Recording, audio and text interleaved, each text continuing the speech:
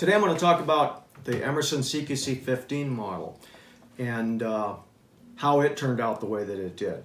Now the Emerson CQC-15 is a knife that kind of blends the best of both worlds. And what I mean by that is we have a CQC-7 with a chisel ground tanto, which is that sharp upturn blade at the end, and we have the Commander, which has got that nice gentle recurve. And I was looking at a knife that I could maybe, how can I marry those two concepts together so that I get that really good upfront chisel type penetration and yet get the cutting efficiency of the curve. And I thought, well, what the heck?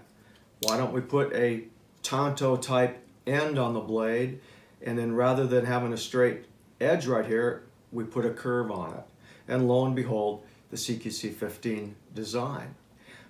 This has a very, very strong upfront portion, but yet the complete efficiency of cutting along that curve, because the thing about cutting is it has to chop and slice at the same time. So on a curve, things are going to follow that radius wherever it goes, but you've got a nice sharp edge that's penetrating down into it. So if you have to cut through anything, like I said about the Commander, through nylon, webbing, gear, cording, even clothing, the curve will serve you much more efficiently.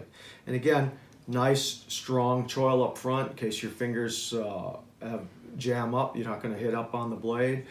Great thumb ramp, so it's ergonomically correct for you to hold in your hand.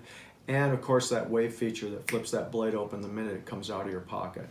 So CQC-15, it's got the tanto up front, the curve down below. It married the Commander to the CQC-7, and this was the baby.